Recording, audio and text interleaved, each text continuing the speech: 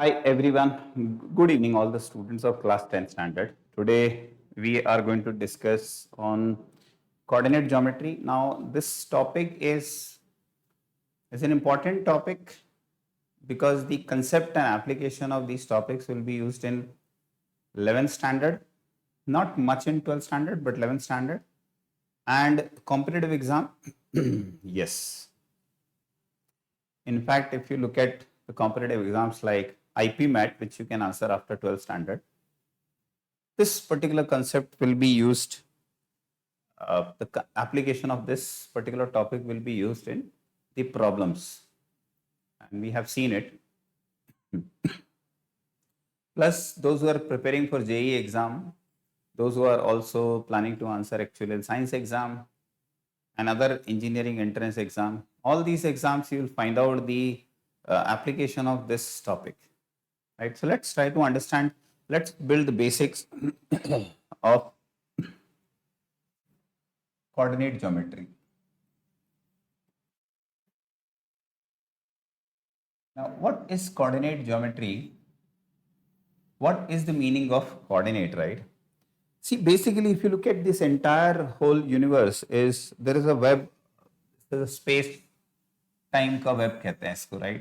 Similarly, एक two dimensional plane होता है, टू डायमेंशनल प्लेन पे दो कोऑर्डिनेट होते हैं. व्हेन आई से टू डायमेंशन, सी अगर if I talk about this particular paper, एक पेपर उठाता हूँ, I talk about this particular paper, इसका लेंथ जो है वो हाइट जो है नेग्लिजिबल है, but this has some length and this has some breath.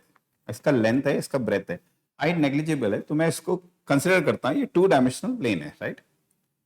मतलब इस टू डायमेंशनल प्लेन के लिए मुझे एक एक्स एक्सेस चाहिए होगा और एक वाई एक्सेस चाहिए होगा, तो इसीलिए मैंने ये एक्स एक्सेस और वाई एक्सेस बनाया.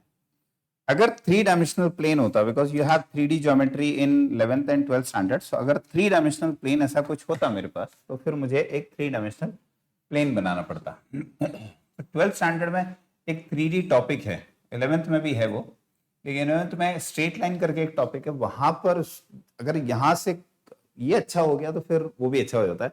और 12th में एक थ्री डायमेंशनल प्लेन है, थ्री डायमेंशनल ज्योमेट्री करके एक चैप्टर है, उसमें थ्री डायमेंशनल प्लेन रहता है, मतलब लेंथ ब्रेथ एंड हाइट तीनों रहता है उसमें. तो पहले इस पे बात करते हैं 10th स्टैंडर्ड के टॉपिक्स की, कोऑर्डिनेट ज्योमेट्री की. 2 से 3 क्वेश्चन आते हैं और इजीली फुल मार्क्स आ सकते हैं आपके. Let's try to understand this. So in this is called positive x axis, this is positive y axis, this is negative x axis, and this is negative y. Now this is called first quadrant, इसको बोलते हैं quadrant, first quadrant, this is second quadrant, this is third quadrant, and this is fourth quadrant. अगर three dimensional plane होता तो three dimensional plane actually दिखता कैसे, उसमें quadrant नहीं होते, उसमें ऑक्टेंट होते हैं. जैसे कि ये और ये, ऐसा कोई एक स्ट्रक्चर मैं आपको बना के दिखाता हूँ. ये तो इसमें देखो ऊपर 4 और नीचे 4, तो इसमें ऑक्टेंट होता है. तो 11th स्टैंडर्ड में जब जाओगे तो ऑक्टेंट आएगा, तो quadrant and then octant. Octant मतलब 8 इक्वल पार्ट्स, यहाँ पर क्वाड्रेंट होता है. में फर्स्ट क्वाड्रेंट में x और y both are greater than 0. यहां पर देखो x कैसा हो गया, नेगेटिव हो गया, तो x इज लेस देन 0, और y कैसा है, पॉजिटिव ही है, तो y greater than 0. First and third quadrant behave exactly in opposite way, उल्टा तरीके से चलते हैं. मतलब अगर x नेगेटिव है तो y भी नेगेटिव होगा, और यहां पर कैसा है कि x पॉजिटिव है तो y नेगेटिव. मतलब ये दोनों उल्टे चलते हैं, ये दोनों उल्टे चलते हैं. अब इसका मतलब क्या है उल्टे चलने का, इस सब क्या होता है कि जब 11th या 12th में जब ग्राफ पढ़ेंगे हम लोग फंक्शंस के 11th स्टैंडर्ड में, तब तुमको समझेगा कि इसका मतलब क्या होता है. यहाँ पर फर्स्ट क्वाड्रेंट, थर्ड क्वाड्रेंट, तो ग्राफ समझने के लिए भी कोऑर्डिनेट ज्योमेट्री बहुत इंपॉर्टेंट है. अब I hope this part is clear to all of you, right? Now let us focus on क्या क्या चीजें हैं इस चैप्टर में पढ़ने वाली. तो पहला जो हमको पढ़ना है वो है डिस्टेंस फॉर्मूला. पहला जो है वो है डिस्टेंस फॉर्मूला।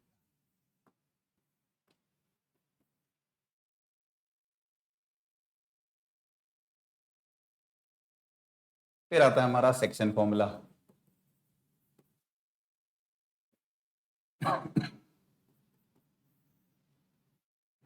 थर्ड आता है area of triangle.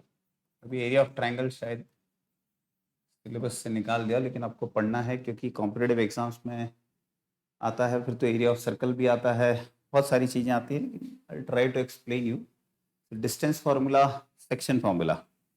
Let's try to understand what is the meaning of distance formula. तो डिस्टेंस फार्मूला का मतलब क्या होता है कि इसी प्लेन में आपको दो पॉइंट्स दिए हुए, राइट। एक पॉइंट P दिया हुआ है, कोऑर्डिनेट है लेट्स से x1 y1, और एक पॉइंट Q दिया हुआ है, कोऑर्डिनेट है x2 and y2। तो बुक में एक फॉर्मूला है कि अगर डिस्टेंस बिटवीन टू पॉइंट्स निकालना है, पी क्यू निकालना है मुझे, तो इसका फॉर्मूला होता है under root of x2 minus x1 the whole square plus y2 minus y1 the whole square. अब पहला क्वेश्चन ये आता है कि अगर आप x2 माइनस x1 की जगह x1 minus x2 if you write है, and here also you write y1 minus y2 the whole square, will it make any difference? तो अंडरस्टैंड दिस थिंग। देखो, आपको बहुत बेसिक्स आपको पता होने चाहिए कि a minus B is not equal to b minus A. In fact a minus B is equal to negative and then bracket of b minus a, because when you solve this it will be minus b plus a, minus b plus a। लेकिन जैसे ही आप उसका square करते हो तो ये हो जाएगा a माइनस बी का होल स्क्वायर। ये माइनस का स्क्वायर पॉजिटिव हो जाता है, तो सिर्फ माइनस का स्क्वायर किया, b माइनस ए को हमने ऐसे ही रखा और उसका स्क्वायर नहीं किया, माइनस का स्क्वायर करके उसको पॉजिटिव बना दिया। So whether you write a minus b whole square या b minus a whole square, the value does not change, it will remain same।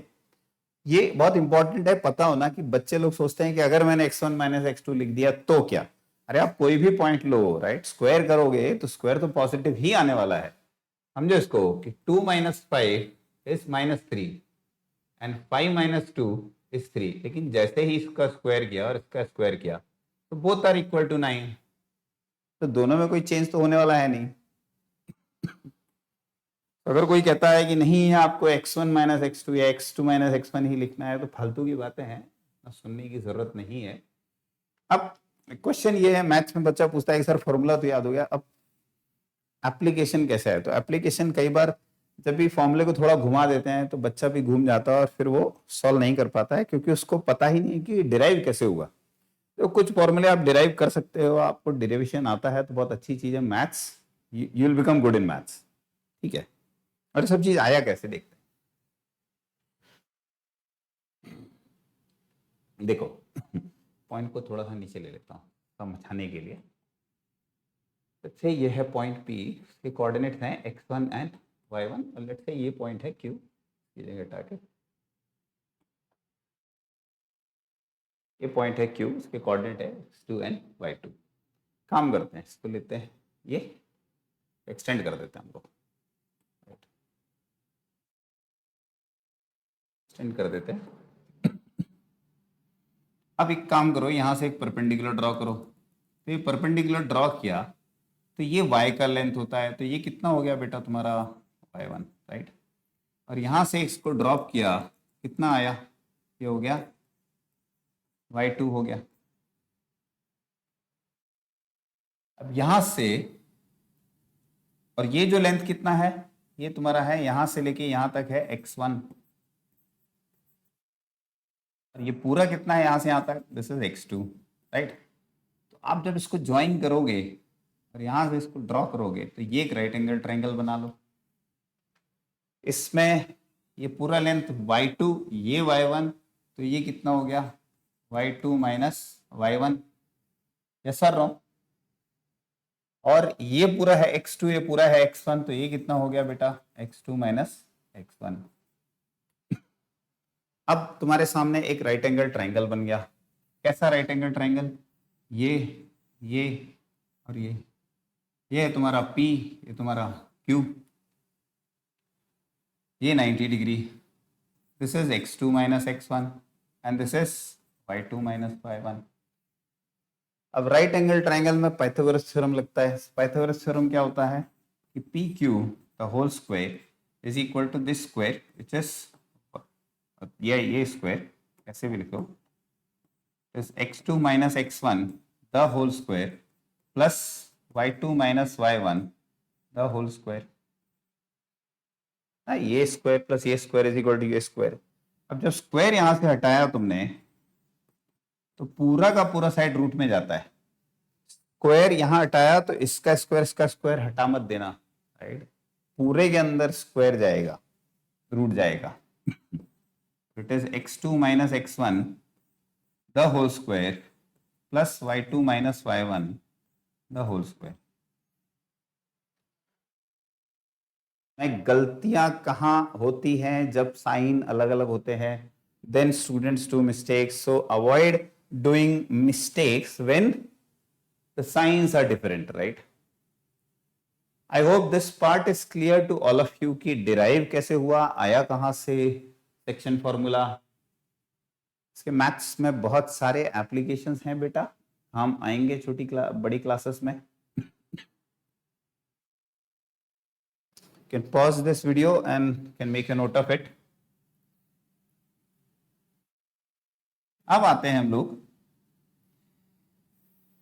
एक क्वेश्चन पे कि कभी कभी आपको कुछ ऐसे पॉइंट दे दिए जाते हैं जहां पर आपको साइन का कंफ्यूजन होता है। एक फॉर्मूला याद रखो बस, अगर डेरिवेशन मैंने आपको बता ही दिया तो, जैसे कि अभी जरूरी थोड़ी कि दोनों पॉइंट फर्स्ट कोऑर्डिनेट में हो, पॉइंट्स तो कहीं भी हो सकते हैं आपके। तो सपोज एक पॉइंट है हमारे पास यहां पर, राइट, तो ले लेते हैं P।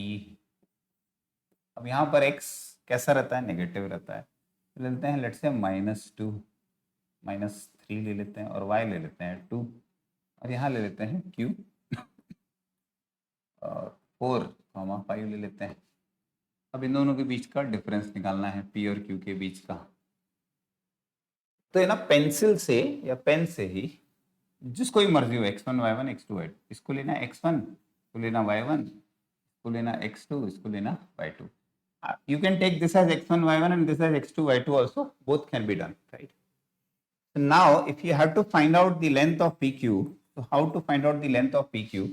So it is x2 minus x1, पहले लिखो x2 की जगह 4 माइनस का साइन, और x1 कितना है -3। देखो माइनस है और एक और माइनस आया तो ब्रैकेट लगा दो और लिखो -3, ब्रैकेट क्लोज कर दो, तो ये हो गया x2 माइनस x1, ये x2 माइनस x1, और फिर पूरे के अंदर स्क्वायर है ऐसे लिख दो, प्लस y2 माइनस y1 तो ओपन दी ब्रैकेट, y2 कितना है 5 माइनस y1 कितना है 2, इसका स्क्वायर कर दिया और ये 0 हो गया।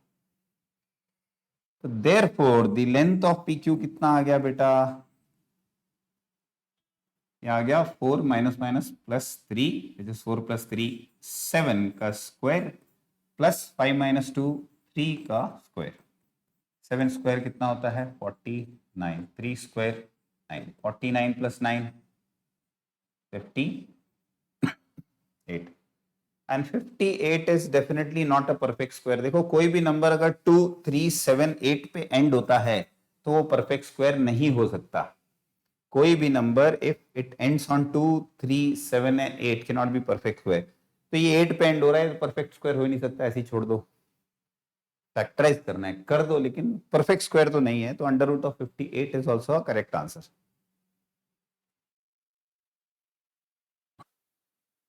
अच्छा, अभी क्वेश्चन ये है कि कभी ऐसा बोल दिया कि चलो P -3 2 है और Q जो है वो भी -3 2 3 और 2 है। अगर इस पॉइंट को Q को ना यहाँ रख के अगर मैं ऐसा कहता कि ये भी -3 और 2 है, राइट, तो फर्स्ट क्वाड्रेंट में लिखे जाते, यहाँ पर डाल दिया Q और रिलेट 3 और 2, और इसका लेंथ निकालना है अपने को। तो PQ का लेंथ कितना हो जाता, x1 y1, इसको x2 y2, तो क्या था x2 माइनस x1 3 माइनस और bracket -3 and square of it +2 -2, तो 3 और माइनस माइनस प्लस, तो 3 + 3 6 स्क्वायर, ये हो जाता 36 + 0, √36 क्या होता है बेटा 6। तो यहाँ पर पी क्यू की लेंथ कितनी हो जाती 6। कुछ नहीं करना, अगर y कोऑर्डिनेट सेम है ना आपके, तो ये -3, माइनस साइन भूल जाओ, ये लेंथ और ये लेंथ, 3 + 3 कितना हो गया। थर्ड चीज, अगर इसी में एक पॉइंट आपका 0,0 दे दिया, राइट। अब अगर 0,0 तुमको एक पॉइंट है और दूसरा पॉइंट कुछ भी है, राइट, कुछ भी है, कहीं पे भी है, तो उसको समझो कैसे करेंगे। अगर एक पॉइंट 0,0 है, अंडरस्टैंड कि एक पॉइंट उन्होंने दे दिया कि P जो है 0,0 है और Q जो है वो 4,3 है। कुछ नहीं करना, कार्टेशियन प्लेन बनाओ। अब ये 4,3 -4,3 है, -4,-3 है या 4,-3 है, कहीं भी डाल सकते, राइट। अगर ये 4,-3 अगर ले लो, ऐसे ले लो, तो x पॉजिटिव है, x पॉजिटिव यहाँ रहता है, y नेगेटिव है, तो भाई पॉइंट तुम्हारा यहाँ पर आ गया और एक पॉइंट यहाँ पर आ गया, और ये पॉइंट कितना है 4,-3। देखो 4,3 होता तो यहाँ होता, तो तुम्हें क्या करना है, इसका लेंथ निकालना है। कुछ मत करो, इसको ज्वाइन करो, ये तुम्हारा Q है, सॉरी, और ये P है, इसको ज्वाइन कर दो, मतलब x एक्सिस पे परपेंडिकुलर ड्रॉ कर दो। पहले तो इसको ज्वाइन करके x एक्सिस पे परपेंडिकुलर ड्रॉ कर दो। ये लेंथ होता है y का, तो y कोऑर्डिनेट कितना है -3, और ये लेंथ जो रहता है ये होता है x कोऑर्डिनेट का लेंथ, ये वाला, तो x कोऑर्डिनेट का लेंथ कितना है 4। अब इसका स्क्वायर 16, ये राइट एंगल ट्राइंगल बन गया, ये पी क्यू का लेंथ हो गया। राइट एंगल ट्राइंगल में 4 स्क्वायर प्लस -3 का स्क्वायर 9, अंडर रूट में डालो, कितना हो जाता है √25, and this is equal to what 5। तो अगर ऐसा कभी क्वेश्चन आता है कि 1.0,0 है, तो इसका जो फाइनल आंसर जो तुम्हारा होगा, कुछ नहीं, इसका स्क्वायर प्लस इसका स्क्वायर उसका under root, simple. If one point is 0,0 और दूसरा पॉइंट 4,-3 दिया है, अब 4,-3 की जगह I can give you let's say 7,12 also. Let's एक पॉइंट ये है और दूसरा पॉइंट है 0,0, क्या करेंगे, इसका स्क्वायर प्लस इसका square 49 plus 144 which is 169, 189, sorry ये कुछ गड़बड़ हो गया, एक पॉइंट है let's say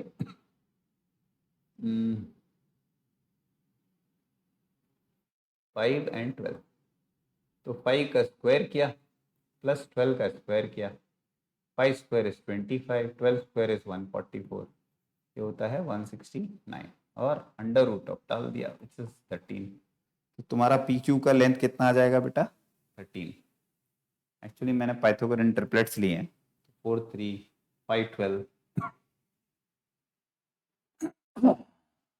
I hope this part is clear to all of you. कभी कभी इसी में क्वेश्चन आता है तुम्हारे को, जो क्वेश्चन पूछते हैं, वो क्वेश्चन ये पूछते हैं कि there are 2 points which are equidistant from one of the points, right? एक क्वेश्चन पूछा कि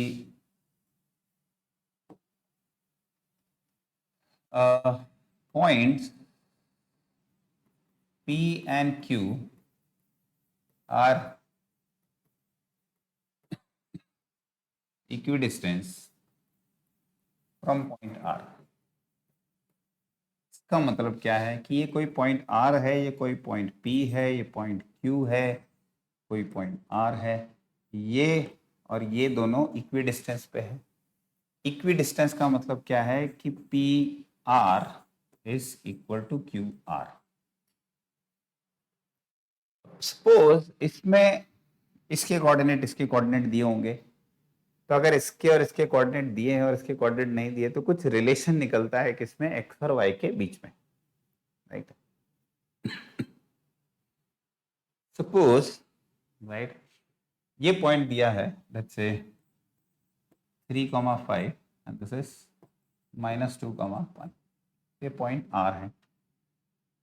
इसके कोऑर्डिनेट नहीं मालूम तो इसके कोऑर्डिनेट है x और y, और अब बोल रहे हैं कि भाई रिलेशन निकालो किसमें, x और y के बीच में। अगर यहाँ पर पॉइंट नहीं दिए हैं तो हम लोग को वेरीफाई नहीं करेंगे, हम लोग पूछेंगे रिलेशन निकालो x और y के बीच में। तो इसका मतलब क्या है कि ये लेंथ और ये लेंथ सेम है, तो डिस्टेंस फॉर्मूला, डिस्टेंस सेम है। तो पी आर का लेंथ क्या होता है, पहले पी आर का लेंथ बताओ, √of x - 3 the whole square plus y - 5 the whole square. और दूसरी जगह क्या होता है बेटा, आर क्यू क्या होता है, x माइनस, और फिर देखो -2 आया, x माइनस माइनस सीधे अब +2, अब थोड़ा स्मार्ट बन जाओ, लिखना चालू करो, and y - 1 the whole square. अब दोनों साइड अगर पूरा का पूरा रूट है तो कैंसिल कर दो, कोई दिक्कत नहीं है, स्क्वायरिंग बोथ द साइड नहीं भी लिखोगे चलेगा। इसका स्क्वायर करते हैं तो x - 3 का square, so a - b the whole square is a square -2ab, so 2 into x into 3 which is 6x plus 9। इसका स्क्वायर करेंगे तो y स्क्वायर -2ab मतलब 10y प्लस 25, यहाँ पर a square plus 2ab plus 4x plus 4 plus इसका a square -2y plus 1। देखो y square x square दोनों side से कैंसिल हो गए, तो यहाँ x और y के बीच का रिलेशन ही बनेगा। x और y की वैल्यू नहीं निकाल सकते अनलेस कोई और इंफॉर्मेशन नहीं है। तो को सिंप्लीफाई करेंगे तो लिखेंगे माइनस का 6x प्लस 9 माइनस का 10y plus 25 is equal to 4x plus 4 minus 2y plus 1। तो 25 प्लस 9 कितना होता है, तो यहाँ लिखो माइनस का 6x माइनस का 10y, उधर से भी इधर लेके आओ तो माइनस का 4x, माइनस 2y इधर आया तो प्लस 2y, और ये 9 प्लस 25 कितना होता है बेटा 34, 34 को उधर ले जाओ, और उधर ऑलरेडी कितना था 4 + 1 5, इट इज 5 माइनस चला जाएगा 34, तो बचेगा माइनस का 29, -6x - 4x is -10x, -10y + 2y is -8y। चाहो तो माइनस साइन हटा सकते हो, माइनस यहाँ भी, माइनस यहाँ भी, माइनस यहाँ भी, साइन चेंज हो जाएगा, तो हो जाएगा 10x + 8y is equal to 29। तो ये रिलेशन आ जाएगा x और y के बीच में कि 10 times of x plus 8 times of y gives you some number which is equal to 29। That is a very simple thing, right, बहुत सिंपल है, आसान है। अंडरस्टैंड, इक्वी डिस्टेंस वाला प्रॉब्लम है और मेन जो है एक कोऑर्डिनेट एक के बिल्कुल ही एब्सेंट है, तो रिलेशन निकलता है x और y के बीच में।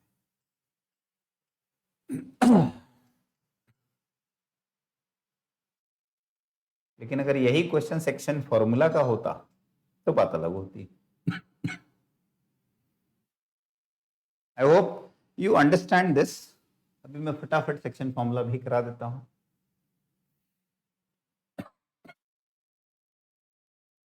सॉरी गाइस, थोड़ा तबीयत गड़बड़ चल रही है अभी। Clear, okay. अभी इसमें और भी क्वेश्चन है, so one day I will take the entire questions of NCERT और इसको हम लोग सॉल्व करेंगे। नेक्स्ट वीडियो में आपको मैं अपलोड करके देता हूँ वो, आप देखिए कोई डाउट्स हैं तो आप लोग मुझसे पूछ सकते हैं मेरे चैनल पे। इसको भी जितने डाउट्स हैं you can ask me those doubts, ठीक है। अभी देखते हैं सेक्शन फॉर्मूला का मतलब क्या होता है, ठीक है। एक आगे के 11th 12th में भी काम आता है, एंट्रेंस एग्जाम में भी काम आता है। Section formula, what is section formula?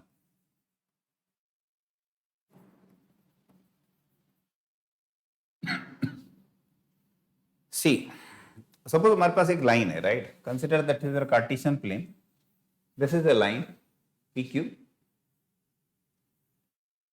P has some coordinate x1, y1, Q has some coordinate x2 and y2, and let's say there is some point R between this P and Q which divide this in the ratio internally, internal मतलब internally है, in the ratio m is to n।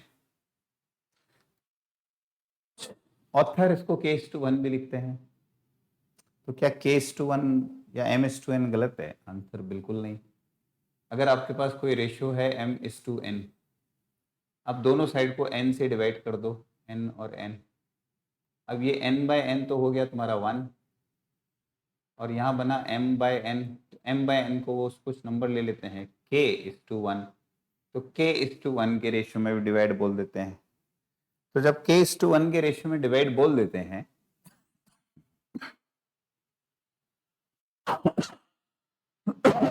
Sorry, K:1 के ratio में divide बोल देते हैं या M:n के ratio में बोलते हैं, तो बात बराबर ही होती है। There is no difference, don't get confuse in that.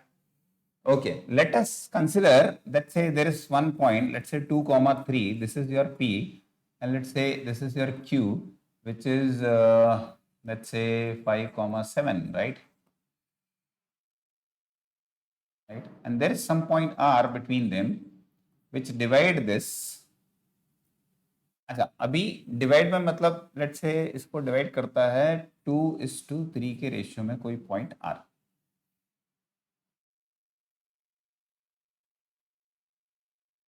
Right, तो the question is how to find out the coordinate of this point R। अभी ये देखना है, तो ये क्वेश्चन है, यहाँ पर एक कंसेप्ट है।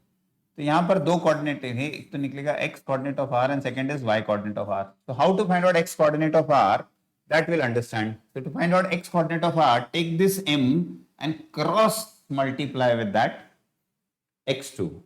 Why not y2? देखो, if you are finding x coordinate of R, so you have to multiply this with that cross, right? So this will give you what? mx2, and since it is internal division, so write plus ka sign, and this is n and multiplied with this x1. Same way, this m with that y2, so it will give you my2 plus n by 1 upon m plus n. नीचे m plus n you will get in denominator. फटाफट, in this case if I had to find out x coordinate of R, so 2 into 5 plus 3 into 2, this 3 into 2 divided by 2 plus 3. So what is x coordinate of R? 10 plus 6 divided by 5. It is what? 16 by 5. And y coordinate of R will be what? 2 into 7 plus 3 into 3 divided by 2 plus 3. So 2 sevens are 14 plus 9 by 5. 14 plus 9 is 23 by 5. You can keep it in fraction only, not an issue. So this is the section formula. ये भी मैं वैसे ही perpendicular draw करके दो triangle बना के x coordinate of R को निकाल सकता हूँ। जरूरत नहीं है, सिर्फ आपको कंसेप्ट भी पता है, फॉर्मूलाज भी पता है तो भी अच्छा है। ठीक है, रेशियो कभी नेगेटिव नहीं हो सकता। अगर रेशियो नेगेटिव आता है तो वो हायर क्लासेस में आएगा। उस केस में ये पॉइंट R बीच में नहीं रहेगा, कभी आउटसाइड PQ रहेगा, या तो Q की साइड या R की साइड, P की साइड, इस साइड बाहर की साइड।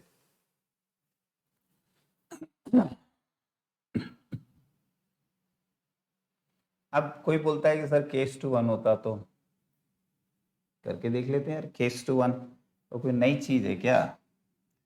ये तो समझ आ गया। अब 16/5 और 23/5 बस याद रखो इसको, और देखो तुम्हारा आंसर सेम ही है। तो स्कूल वाले अगर बोलते हैं तो टीचर को जाके बता सकते हो कि सर है तो सेम ही चीज। तो अभी m:n का रेशियो कितना है वो बताओ। m:n का रेशियो है 2:3। इसको n से डिवाइड किया मैंने, यहाँ पर n 3 है तो 3 से डिवाइड किया, तो m/n को लिखा K:1, और यहाँ पर 2/3:1, राइट। तो सपोज वो कहते हैं कि सर 2:3 की जगह, मतलब अगर K:1 होता तो भी आंसर हमारा वही आता। देखो मैं इसी क्वेश्चन को तुमको कैसे बता सकता हूँ। ये सेम क्वेश्चन लेते हैं, यहाँ पर x का कोऑर्डिनेट हमारा कितना आया था? यहाँ आया था 16/5 और यहाँ आया था 23/5, right. These are the coordinates. तो what will do, Suppose this is not given, right? 2:3 is not given. Let us assume that this is not given. And if we have to find out the ratio, अब उल्टा करते हैं. That there are 2 points P and Q divided by point R whose coordinates are 16 by 5 and 23 by 5. This is given, this is given, this is given. We don't know the ratio. Let's say k is to 1. So we'll use either x coordinate of R and y coordinate of R. किसी एक को use करेंगे. तो x coordinate of R का formula use करते हैं. तो क्या होता है k into 5 plus 1 into 2 divided by k plus 1. Now x coordinate of R is what? Right, 16 by 5. This is 5k plus 2 by k plus 1. Remember k 2:3 आएगा. देखो cross multiply, पूरा का पूरा मल्टीप्लाई होगा. 16k plus 16, 25k plus 5 2s are 10. So now this is 16 minus 10 is equal to 25k minus 16k is what? 9k. Now when you solve this, 16 minus 10 कितना होता है बेटा? 6 is equal to 9k. k कितना आया?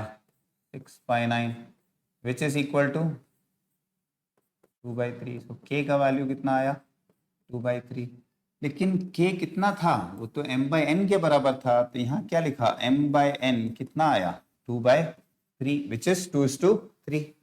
तो दोनों same ही चीज है. सो डोंट गेट कंफ्यूज कि k:1 लेके सॉल्व किया या m:n लेके सॉल्व किया. आंसर तो दोनों केसेस में ही आएगा आपका. अगर कोई बोलता है तो उसको तुम बोल सकते हो कि ये ऐसा नहीं है. बाकी टीचर से एक बार पूछ लेना कि मार्क्स देंगे कि नहीं स्कूल में. तुमने अपने ज्यादा तुम भावनाओं में बह गए और ऐसा सब लिख के आ गए, मार्क्स काट दिए तुम्हारे टीचर ने, तो परेशान होते रहोगे. तुम यहाँ मुझे गाली दोगे और मुझे हिचकी आएगी. ठीक है, तो एक बार टीचर से पूछ लेना. फिलहाल दोनों में कोई अंतर नहीं है. I have showed you. Maths में यही है कि मैथ्स में there are multiple ways of solving a question. तो लोगों को लगता है कि यार एक ही मेथड है. नहीं, एक मेथड नहीं है. देखो, being a student you have to be curious, right? आप क्यूरियोसिटी नहीं होगा तो कोई ग्रोथ नहीं होगा, आप कुछ सीखोगे नहीं. जब आप क्यूरियस होते हो तो आप सीखते हो. मैथ्स में भी थोड़ा क्यूरियोसिटी लाना पड़ेगा कि अच्छा ये मेथड है, ये मेथड है, कोई और मेथड है क्या, ऐसा क्यों हो रहा है. पर्टिकुलरली ये पॉइंट आर लाया तो आर का वैल्यू आया 16 by 5. अगर मैं 16 by 5 को अगर मैं डिवाइड करूंगा, देखो 16 by 5 कितना होता है? 3.2, राइट? और 23 by 5 कितना होता है? 5 4 20, 4.6. अगर तुम देखोगे 3.2 और 4.6, अब है तो कुछ नहीं, मतलब है तो नंबर थे 3.2 4.6, लेकिन वो देखो इन दोनों के बीच में ही कहीं है. 2 और 5 के बीच में ही कहीं है. 2 और 5 के बीच में ही है 3.2, और 3 और 7 के बीच में ही आता है 4.6.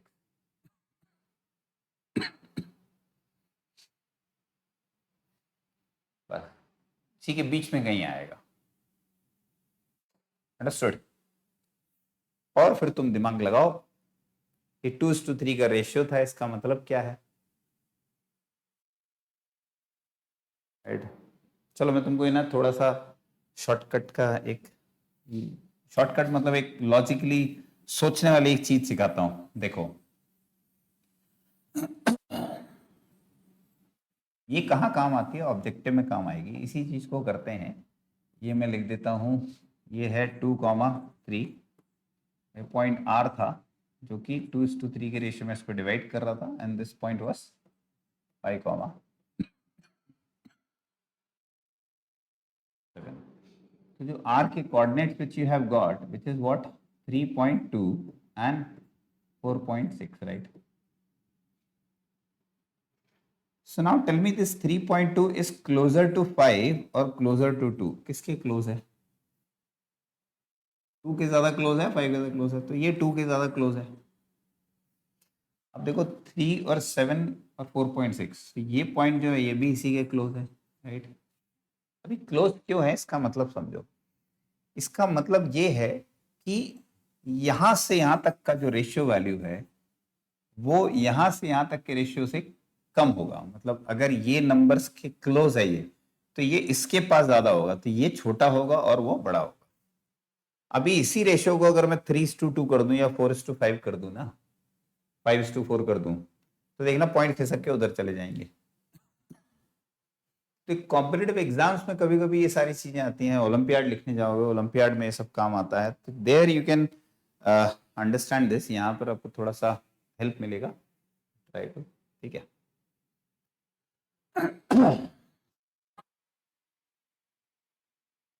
आई होप दिस इज क्लियर।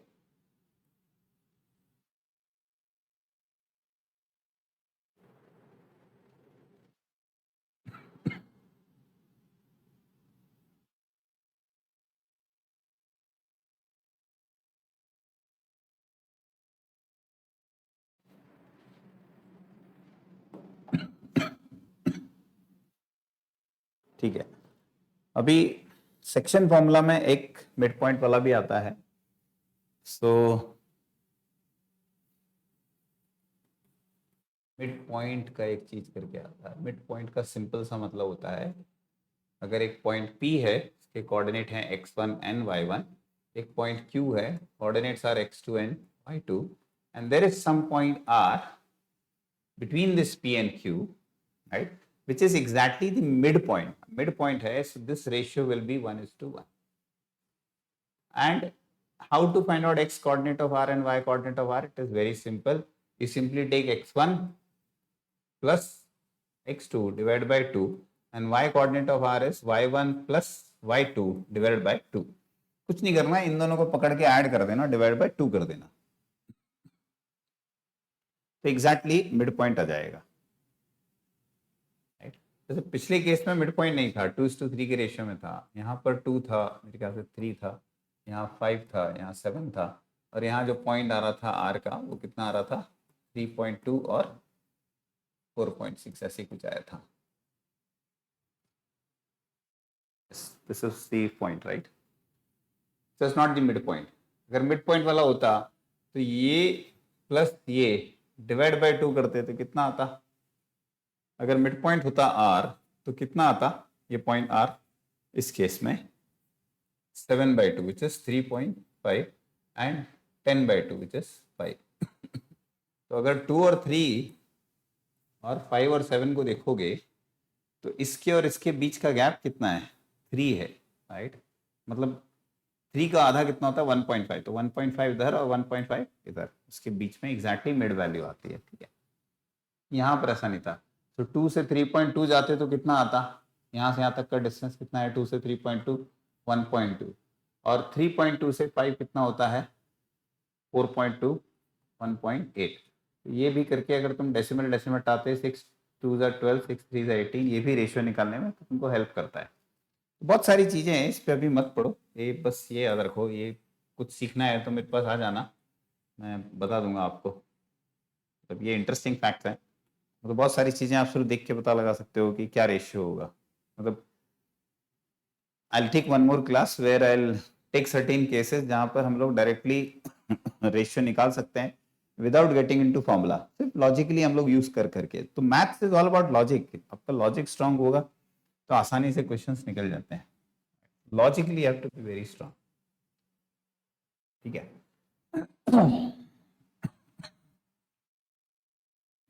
अब बहुत सारे बच्चे जो हैं, जो 9th स्टैंडर्ड में है, 10th स्टैंडर्ड में है, कभी कभी ओलंपियाड लिखते हैं, कुछ कॉम्पिटिटिव एग्जाम्स में भी जाते हैं, और कभी फंस जाते हैं कि यार, बोलते हैं यार ऐसा कोई मेथड है कि by which we can find out under root of let's say 29, क्योंकि एग्जाम में आ गया और हमको मालूम नहीं है और हम लोग इसको सॉल्व करने जाएंगे तो हमको कैसे पता लगेगा कि अंडर रूट ऑफ 29 का वैल्यू क्या है। तो बहुत सारे बच्चे मेरे से पूछते हैं कि सर इसका ऐसा कोई मेथड होता है क्या, जैसे हम डायरेक्टली पता लगा सकें?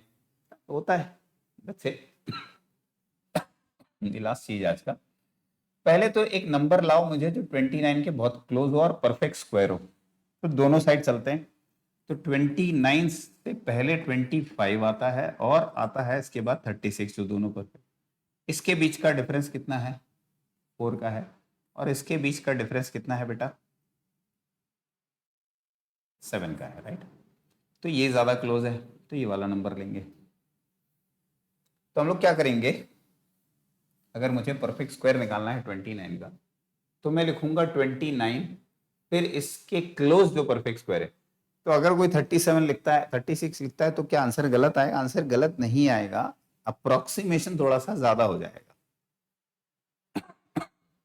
यहां लिखो 25, नीचे डाल दो 2 इंटू अंडर रूट ऑफ 25, तो ये हो जाएगा 29 प्लस 25 और नीचे आ जाएगा 2 अंडर रूट ऑफ 25 इज 5। इसका अंडर रूट लेना है, जो परफेक्ट स्क्वायर लिया है उसका अंडर रूट नीचे 2 के साथ मल्टीप्लाई करना है। तो 20 20 40 54 by 10 which is equal to what? 5.4। तो ये जो आंसर है ये तुम्हारा 99.99% करेक्ट है, right, which is good enough. ठीक है, अगर ये भी लेते तो भी आता थोड़ा सा और 5.4, ऐसे 5.4 अप्रोक्सीमेटली आया, थोड़ा सा ज्यादा आता। देखो अंडर रूट ऑफ 25 करता तो कितना आता बेटा? 5। अंडर रूट ऑफ 36 करता तो आता 6। तो अंडर रूट ऑफ 29 आएगा तो 5 और 6 के बीच में ही। Sir no, will come between 5 and 6 only. अब ये थोड़ा ज्यादा उसके क्लोज है तो 5.5 से थोड़ा ऊपर की तरफ होगा, क्योंकि एग्जैक्टली मिड पे नहीं है ना। एग्जैक्टली मिड पे 30 आता, राइट? 25 5 30 पॉइंट समथिंग आता, तो वो एग्जैक्टली मिड के वैल्यू के आसपास होता। ये थोड़ा सा 29 25 के पास है, तो 5 और 6 के बीच में एग्जैक्टली मिड वैल्यू होती है 5.5, तो ये थोड़ा सा उसके ऊपर आएगा 5.4। तो that is how we can find the root of any number. किसी का भी रूट निकाल सकते हो आप, अंडर रूट ऑफ 31 भी निकालना चाहो तो 31 लिखो, प्लस अब 36 ज्यादा इसके पास है तो 36 लिख दिया। 2 times of under root of 36, 67, 2 into 6, तो हो जाता 67 बाई 12। 12 5 67 बचता, डेसिमल आता 70। 12 5 60, 12 6 72, मतलब 5 पॉइंट समथिंग आता, 5.5 के आसपास आता अंडर रूट ऑफ 31, 5.5 समथिंग। ठीक है, 2 डेसिमल प्लेस तक भी आंसर लिखते हो तो 99.99% करेक्ट होता है। ऐसे करके you can find out the under root of various numbers. ठीक है, next class we'll take up some questions from these two topic and then we'll also do area of circle, triangle में कैसे निकालते हैं coordinate geometry पे, and then we will also understand some practical application. So student those who are answering 10th standard, चाहे वो Goa board हो, चाहे वो CBSE बोर्ड हो, चाहे MP बोर्ड हो, ये टॉपिक तो सारे ही बोर्ड्स में आपको काम आता है। Hopefully you like this. You can subscribe to my channel. Let's start uploading the videos. So students जो जनरली गोवा में स्टूडेंट्स हैं, जो मैं गोवा में अभी हूँ, तो जो CBSE स्टूडेंट्स हैं, केंद्रीय विद्यालय के, INS मांडवी है जिसमें, उसके बाद आपका नेवी चिल्ड्रन स्कूल है, KV वास्कोस हैं, उसके बाद गोवा बोर्ड के स्कूल हैं, सारस्वत है, then there are Saint Xavier, various schools are there जो up to 10th standard है, डेम्पोज मेरे ख्याल से 11th 12th का है, तो स्टिपेंड है। So you guys will have good understanding of this concept. ठीक है, बाकी आपको कोई भी डाउट हो you can always contact me. मेरा यूट्यूब चैनल है by maths pirates and my number is, give me a call, contact me on this number. Thank you so much.